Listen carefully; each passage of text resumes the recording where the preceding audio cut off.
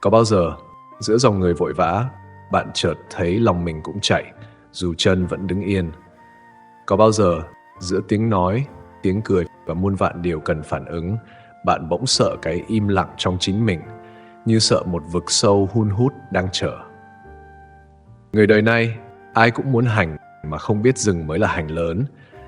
Ai cũng muốn tác động mà quên rằng có khi chỉ một hơi thở bình yên đã làm đổi khí của cả một căn phòng đang nghẹt thở. Nếu nước đục thì không thể soi, nếu tâm loạn thì không thể ứng. Người thuận đạo không vì đời mà khuấy lên dòng trong, cũng không vì mình mà dằn xuống dòng đục. Chỉ lặng như hồ thu để mây tự trôi và trăng tự hiện. Thế nhưng làm sao sống giữa đời mà không bị đời làm vẫn đục? Làm sao lặng giữa ồn mà không hóa đá? Làm sao ứng xử mà vẫn giữ được gốc thanh tĩnh trong tâm? Là ở giữa chợ đời mà không nhuốm mùi chợ, đi qua bụi trần lao mà chẳng dính bụi trần. Là lời nói nhẹ mà khí đổi đường, là mắt nhìn yên mà người tự lặng. Không tranh mà vượt, không chống mà qua. Phải chăng thanh tĩnh là cửa để đạo nhập tâm, và vô vi là bước hành để đạo hóa đời? Phải chăng người thật sự không bị đời làm đục không vì tránh đời, mà vì lòng đã thành giếng sâu, kẻ ném sỏi sóng gợn trên mặt, nước ở đáy vẫn trong? Phải chăng người thật sự mạnh không phải là kẻ phản ứng nhanh, mà là người biết im lặng đúng lúc, biết để khí tự xoay, biết để mọi việc tự chuyển về sáng? Người xưa truyền rằng đạo sinh ư tĩnh, diệt ư động. Khi lòng chưa tĩnh, mọi lời khôn ngoan cũng thành dối. Khi tâm chưa rỗng, mọi hành thiện cũng thành mưu cầu. Chỉ khi lặng mà sáng, không cầu mà hóa, mới thật là người thuận đạo mà hành giữa đời. Thuật thanh tĩnh vô vi không phải trốn đời, mà là đứng trong đời như núi ở giữa mây. Mây đổi hình, núi vẫn im. Không phải bỏ việc, mà là rút gai khỏi việc. Việc vẫn làm, gai đã thôi đâm. Hãy nghe, tiếng chuông xa đang ngân trên núi. Âm thanh tan vào hư không, nhưng dư vang còn mãi trong lòng người tỉnh. Như chính thanh tĩnh và vô vi, vô hình, vô tiếng mà khiến cả trời đất phải hồi tâm. Nếu đời như nước chảy, thì tâm là đáy sông. Nếu đáy đục, nước trong cũng hóa đục. Nếu đáy lặng, xoáy cuộn trên mặt cũng không làm vỡ bóng trăng in. Nếu người mãi muốn điều khiển dòng đời, thì rốt cuộc bị dòng kéo trôi. Nếu biết buông tay cho nước về biển, sông vẫn chọn đường của sông. Theo tinh thần lão Trang, tĩnh không phải rời động, mà là đứng giữa động có chủ. Tĩnh không phải đóng băng, mà là sáng trong yên.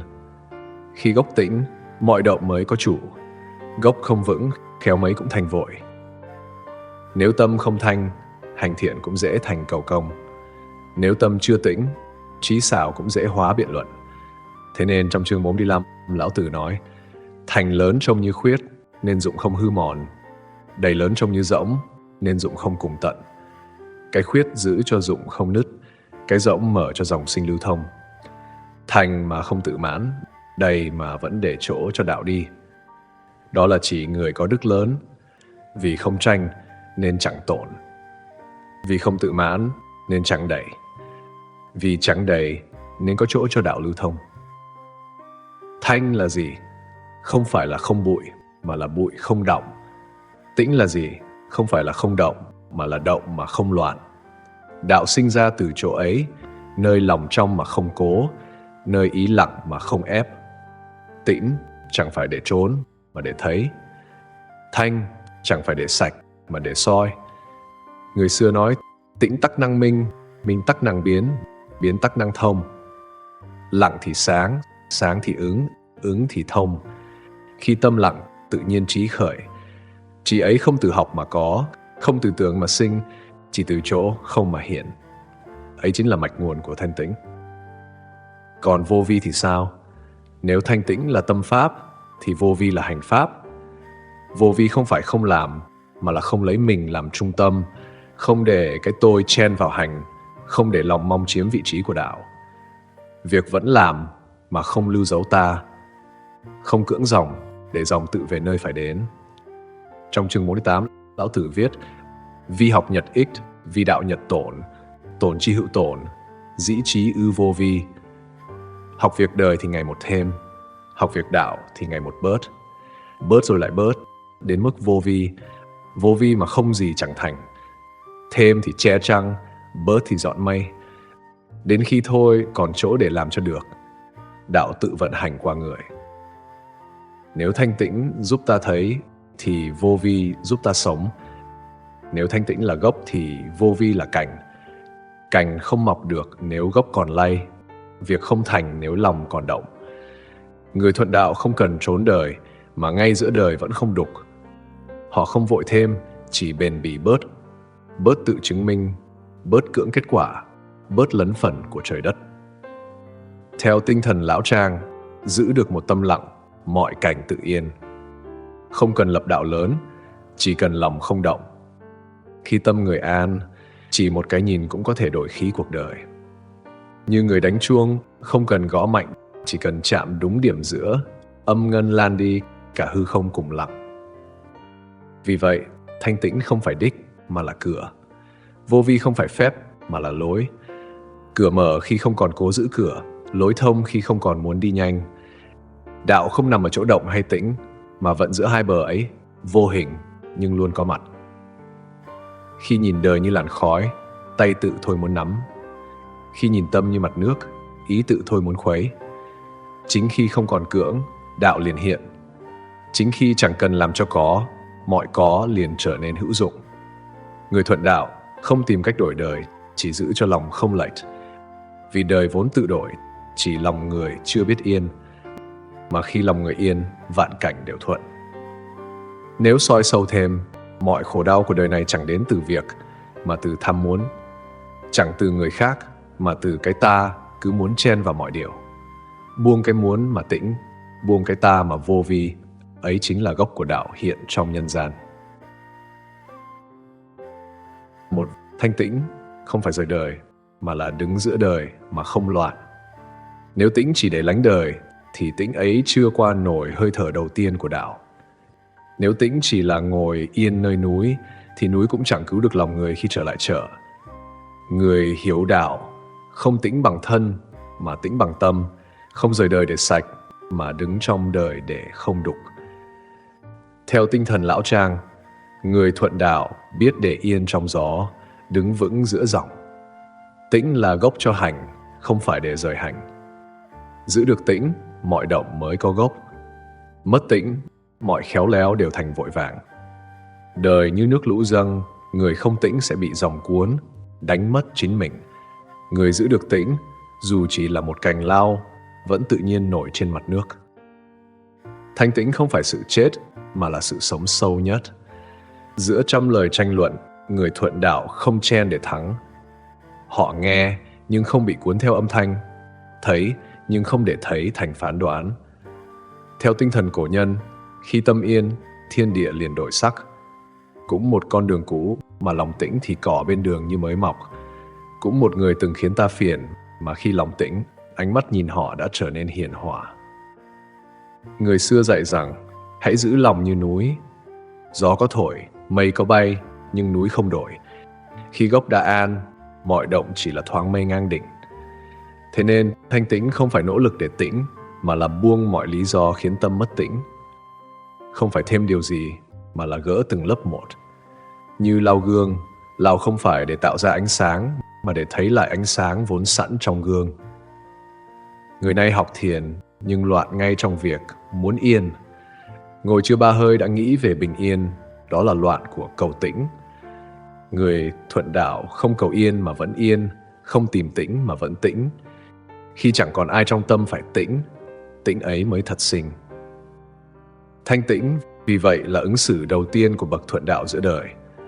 Không phản ứng vội, không phán xét nhanh, không đem tâm phàm để trị cảnh. Không trốn đi mà ở lại với lòng rỗng như hư không. Theo tinh thần Quỷ Cốc Tử, người giữ được tĩnh giữa động, ắt khiến động cũng trở nên tĩnh. Vì động chẳng ở ngoài mà ở tâm chưa thuần. Khi tâm lặng, cả gió cũng phải dừng. Thanh tĩnh chính là nền đầu tiên, cửa để đạo có thể vào tâm người. Và chỉ khi ấy, mọi hành xử mới không còn là phản ứng, mà trở thành ứng đạo. Mềm mà không yếu, vững mà không cố, như nước chảy qua đá, vừa nuôi vừa mài, mà chẳng bao giờ muốn thắng. 2. Vô vi, hành mà như chẳng hành, chính là cách người thuận đạo khiến vạn việc tự thành mà không hao khí. Nếu nước phải cố chảy thì sông đã khô từ lâu. Nếu trời phải cố sáng thì bình minh chẳng đến tự nhiên. Đạo của trời đất vì vô vi nên muôn vật được sinh. Đạo của người thuận đạo vì không cố làm nên việc tự thành. Lão Tử nói trong chương 48 Đạo Đức Kinh: vi học nhật ích, vi đạo nhật tổn, tổn chi hữu tổn, dĩ trí ư vô vi nhi vô bất vi. Học việc đời thì ngày một thêm, học việc đạo thì ngày một bớt rồi lại bớt, đến mức vô vi mà không gì chẳng thành. Cái thêm chất chồng như mây che trăng, cái bớt là dọn mây cho trăng tự hiện. Đến khi thôi còn chỗ làm cho được, thì đạo tự vận qua người. Vô vi không phải không làm, mà là làm mà không khởi ý chứng tỏ, không để ngã, chen vào. Khi lời được nói mà không ý biện thắng, lời tự có sức chuyển hóa. Khi tay hành việc mà tâm không tranh, việc tự đúng chỗ. Hành động không dính dấu, ta đang hành động là cội nguồn của vô vi. Vô vi là đỉnh của trí, gốc của tĩnh. Người vô vi không phải kẻ thụ động, mà là không chen. Khi mọi người tranh nói, họ lặng. Khi thiên hạ chạy, họ bước. Khi ai cũng muốn thắng, họ giữ lòng thành. Chính vì không tranh nên chẳng ai thắng được. Lão Tử trong chương 22 nói: cúi thì toàn, oàng thì thẳng, trũng thì đẩy, cũ thì mới. Ấy là linh cốt của vô vi, mềm thắng cứng, lùi vượt tiến, lặng vượt động. Có kẻ hỏi Lão Tử: người ở đời nếu chẳng làm gì thì sao có thể giúp đời? Lão Tử đáp: trời không nói mà bốn mùa vẫn xoay, đất không làm mà vạn vật vẫn sinh, thánh nhân vô vi mà dân tự hóa. Vì thế, người thuận đạo không phải không quản, mà là không làm trái mạch đạo, bớt xen trái lẽ thì vạn sự tự điều hòa. Hãy nhìn nghệ nhân tạc đá, tay mà cố, đá gãy, tay mà thuận, phần thừa tự rời, hình liền lộ ra. Đó là vô vi trong hành, không cưỡng, không dồn, lặng đi trong việc để việc tự tròn. Theo tinh thần Quý Cốc học, dụng vô tâm thì ứng khắp, làm bằng ý phải làm thì mỏi, làm trong đạo vận thì chẳng bao giờ kiệt. Vì sao vô vi là trí tuệ tối hậu? Vì nó giải phóng khỏi hai thái cực, muốn và sợ, làm và không làm. Không bị tâm làm để chứng minh kéo đi, cũng không sợ không làm mà bị bỏ lại. Đứng ở giữa, nơi đạo vận hành không giấu. Một lời nói ra vì không mang ý thuyết phục nên khiến người tự tin. Một việc làm vì không mưu kết quả nên kết quả tự tròn. Ngày nay, người càng học kiểm soát cuộc đời, càng quên buông để đời tự điều tiết. Càng học tạo ảnh hưởng, càng mất ảnh hưởng tự nhiên của sự yên lặng. Vô vi không chống đời, chỉ thôi chen vào luật vận hành của nó. Không chạy ngược, không cố thắng, đứng ở trung tâm để trời đất làm phần của trời đất. Đó là vì sao Lão Tử nói trong chương 64: thánh nhân vô vi, cố vô bại, vô thủ, cố vô thất. Thánh nhân vì vô vi nên không bại, vì không chấp giữ nên không mất. Người thuận đạo chẳng cần chấp giữ kết quả, vì họ chính là gốc sinh ra kết quả. Khi không còn ý muốn thắng, vạn sự tự nghiêng về phía họ, như nước tìm chỗ thấp mà dung nạp thành biển. Vô vi chính là cách ứng xử tối hậu giữa đời. Không nắm mà giữ được, không tranh mà toàn thắng, không nói mà người nghe, không cầu mà vạn sự thuận. Kẻ phàm hành động bằng sức, người thuận đạo hành động bằng hư. Hư không phải yếu mà là không ngăn gì cả. Nước không cứng nhưng xuyên được cả đá. Đạo không hiện nhưng vận được cả trời. Vì thế, người thuận đạo hành giữa đời như nước trôi trên đá, không chối, không né, không cố. Chính vì không cố nên việc tự tròn. Chính vì không chống nên chẳng gì tổn. 3. Thanh tĩnh và vô vi. Khi tâm không làm mà việc tự thành, đạo vận hành trong im lặng mà soi sáng cả đời. Nếu thanh tĩnh là gốc của tâm và vô vi là pháp của hành, thì nơi hai điều ấy gặp nhau chính là chỗ đạo tự khởi. Tâm đã tĩnh thì chẳng cần nghĩ cách làm, việc đã hợp đạo thì chẳng cần sức người đẩy. Lão Tử trong chương 37 Đạo Đức Kinh nói: đạo thường vô vi mà không gì chẳng thành. Mạch sống của đạo học là đây: khi tâm và đạo hợp, Sự vận hành không còn đến từ ý muốn, mà từ sự thông suốt vô ngôn của tự nhiên. Như gió chẳng cần lệnh mà thổi, như trăng chẳng cần chiếu mà sáng, như hơi thở chẳng cần nhớ mà vẫn ra vào điều hòa. Đạo khi đã nhập, con người trở thành kênh thông của trời đất, vô tâm mà hữu dụng, vô hành mà vạn hành thông. Có người hỏi một vị ẩn sĩ, Ngài tu thế nào mà chẳng thấy Ngài tu? Vị ẩn sĩ đáp, ta thả tâm về chỗ vô vi, đặt thân trong chỗ vô sự. Đạo tự vận hành, ta chỉ không xen vào nữa. Người hỏi vẫn chưa hiểu, lại hỏi tiếp, không xen vào thì sao có thể hành thiện? Vị ẩn sĩ mỉm cười, khi còn cần cố hành thiện, thiện ấy chưa phải thiện thật. Khi tâm đã thuận đạo, thì việc nhỏ cũng là thiện, mà ngay cả không làm cũng là hóa. Ấy là cảnh giới nơi thanh tĩnh và vô vi hòa làm một, như nước và ánh trăng, một trong, một chiếu, nhưng chẳng hề xen. Người đạt cảnh ấy không còn phân biệt động và tĩnh, làm và không làm, hữu và vô. Tất cả chỉ là đạo tự nhiên vận qua thân người. Cổ nhân gọi đó là tâm như gương, không giữ, không đuổi, không phản ứng. Có vật thì chiếu, vật đi thì trống. Tĩnh mà vẫn soi, vô mà vẫn dụng. Ấy chính là khí tượng của người thuận đạo. Hãy xem nước trong hồ, lặn mà phản chiếu cả trời, không gắng mà vẫn nuôi vạn vật. Khi gió nổi, mặt hồ lay, nhưng nước dưới vẫn yên. Người học đạo phải giữ cho được phần nước dưới ấy. Dù đời có cuộn, trong tâm vẫn có một nơi chẳng hề rung chuyển. Khi giữ được nơi không rung chuyển, mọi động liền hóa nhịp. Khi giữ được nơi không muốn, việc liền tự thành. Theo tinh thần Quỷ Cốc học, hành mà không dính vào người hành mới là hành thuận trời đất. Kẻ tranh giành quyền làm thường chặn mất dòng vận. Người biết dừng chỗ phải dừng, khi đạo bắt đầu, vạn sự tự điều hòa. Người thuận đạo không tìm cách ứng xử cho đúng, vì biết rằng khi tâm đúng, ứng xử tự đúng. Họ không cố đối nhân xử thế, vì đạo trong họ đã là thế. Khi nói, lời không mang cạnh. Khi làm, việc không mang dấu. Người gặp họ chẳng thấy họ làm gì, nhưng khí hiện diện khiến lòng người tự dịu. Ấy là năng lực của vô vi, tĩnh mà sáng, vô mà hiện, như bóng trăng trên nước, không để lại dấu, nhưng ánh vẫn lan xa.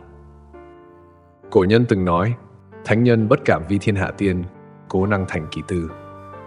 Thánh nhân chẳng dám làm trước thiên hạ, nên được hoàn toàn. Đó là huyết mạch của vô vi, không chen nên không vỡ, không đứng trước nên chẳng bị đẩy, không muốn thắng nên tự thắng. Khi thanh tĩnh làm gốc, vô vi làm dụng, người thuận đạo ở giữa trời, người mà vô ngại, không cưỡng dòng mà chuyển được hướng, không dùng sức mà khiến thiên hạ tự yên. Hãy nhớ, tĩnh không chỉ là yên mà là sáng trong yên. Vô vi không chỉ là buông mà là hòa trong buông. Khi tâm trong mà hành nhẹ, đạo vận mà không giấu, ấy chính là hợp nhất giữa tâm pháp thanh tĩnh và hành pháp vô vi. Cũng như chuông đồng trong đêm, nếu ai gõ mạnh, âm vang ồn á rồi tắt nhanh. Nếu ai chỉ chạm khẽ, âm ngân dài mãi trong không trung. Người thuận đạo không gõ mạnh vào đời, chỉ chạm khẽ, nhưng dư vang ấy còn mãi trong lòng người khác. Vì thế, khi tâm đã tĩnh lặng, hành sẽ trong. Khi hành không dính mắc, đạo sẽ tự vận. Thanh tĩnh và vô vi hợp nhất sẽ khiến đời không còn là nơi chống chọi, mà là nơi đạo tự hiện, âm thầm, trầm lặng, mà hóa độ muôn sinh. Đó là cảnh giới tối hậu của người thuận đạo giữa đời. Hành mà chẳng động, sống mà chẳng khởi, ở mà chẳng vướng. Tâm không làm mà việc tự thành. Đạo chẳng nói mà lòng người tự hiểu. Ấy là thanh tĩnh vô vi, con đường không bước mà đi suốt ngàn năm, không lời mà soi sáng tận cùng nhân thế. Đạo, nếu chỉ để ngồi luận, thì chẳng khác mảnh gương chưa từng soi ai. Đạo, chỉ khi được sống, mới trở lại đúng nghĩa của đạo. Vô danh, vô sắc, vô lời, nhưng có mặt trong từng hơi thở người.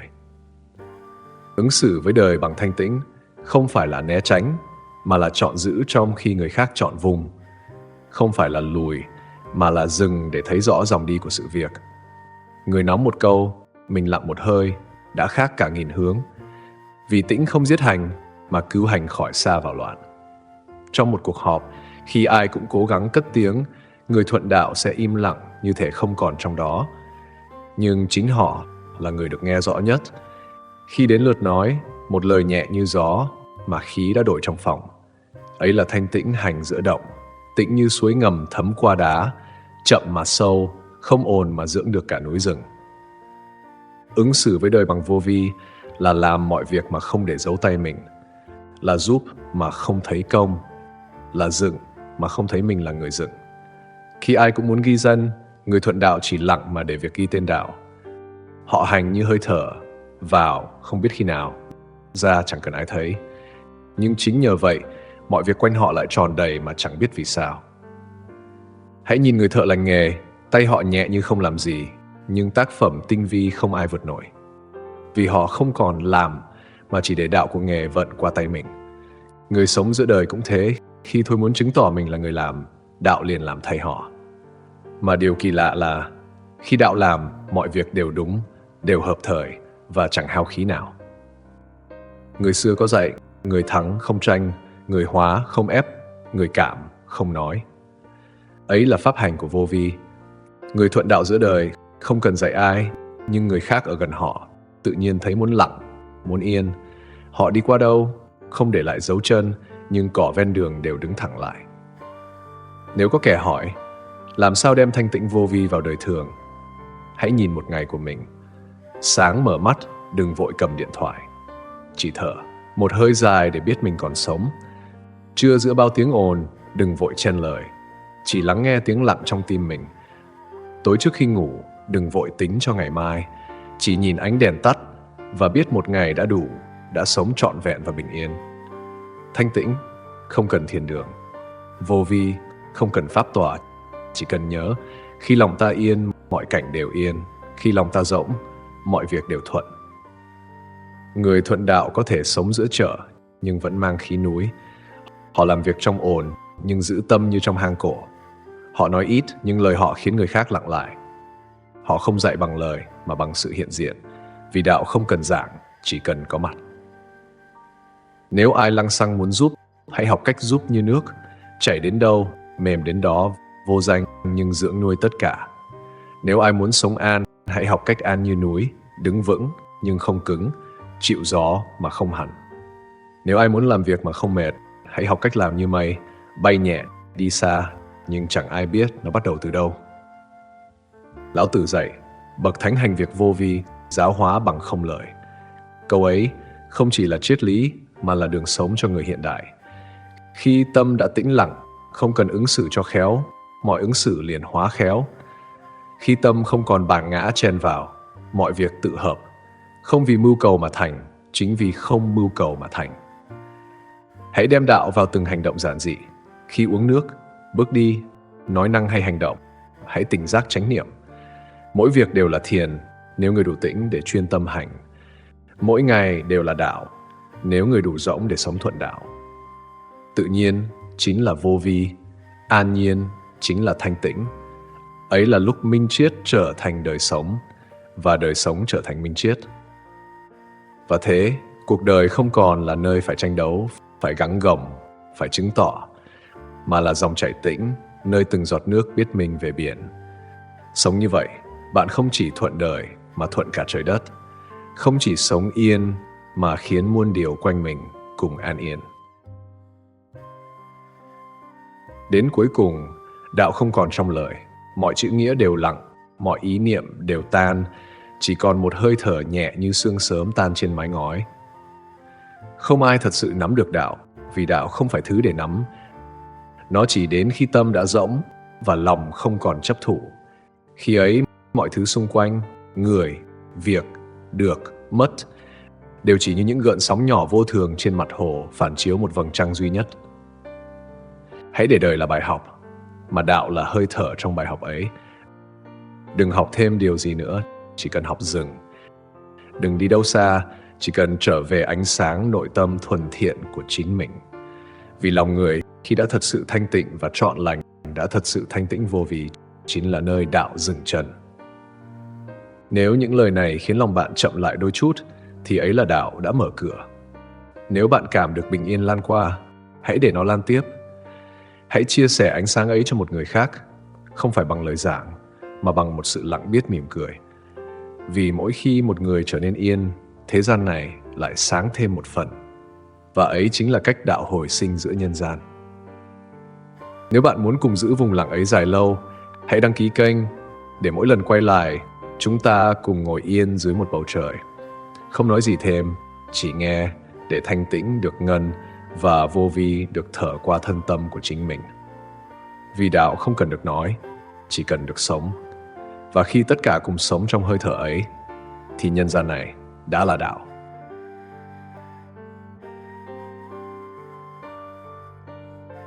Khi một câu chuyện khép lại, đó không phải là dấu chấm hết, mà là cánh cửa lặng lẽ mở ra, dẫn lối ta bước vào một tầng sâu khác của hiện hữu. Cảm ơn bạn đã lặng thầm đồng hành cùng Ngẫm đến cùng.